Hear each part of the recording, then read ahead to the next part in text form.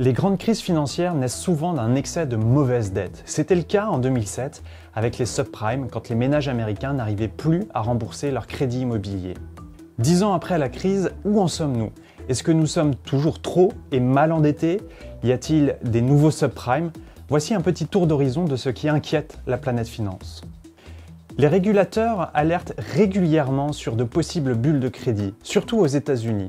Récemment, l'ancienne présidente de la Fed, Janet Yellen, a pointé du doigt les prêts à effet de levier, ou leverage loans en anglais. Il s'agit de prêts à taux variable accordés par des banques à des entreprises déjà très endettées. Le montant total de ces crédits a doublé depuis la crise pour atteindre 1200 milliards de dollars, dont plus de 1000 rien qu'aux États-Unis. Les observateurs sont d'autant plus vigilants que ces crédits sont de plus en plus risqués, avec des ratios d'endettement toujours plus élevés. Aujourd'hui, ce marché montre des signes de surchauffe. Les banques ont du mal à trouver des acheteurs pour ces produits, et l'indice mesurant la valorisation de ces produits est en train de chuter brutalement.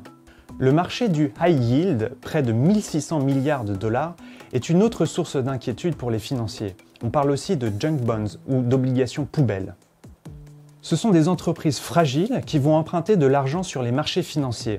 Et comme les investisseurs courent le risque de ne jamais être remboursés, ils prêtent à des taux très élevés.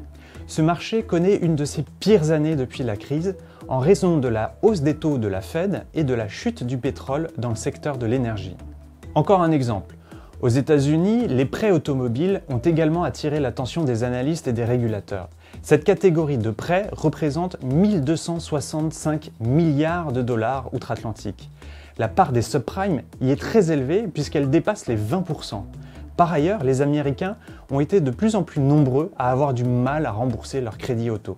Dernier point de vigilance, toujours aux États-Unis, c'est la dette étudiante qui ne cesse de grandir. L'encours total s'élève désormais à près de 1500 milliards de dollars. Et malgré les programmes d'aide du gouvernement, la dette étudiante affiche le plus fort taux de défaut. Ce ne sont là que des exemples, aux États-Unis principalement. La Chine alimente aussi les craintes, d'autant plus que la fiabilité des statistiques n'est pas garantie. Et puis rappelons également que le monde n'a jamais été aussi endetté.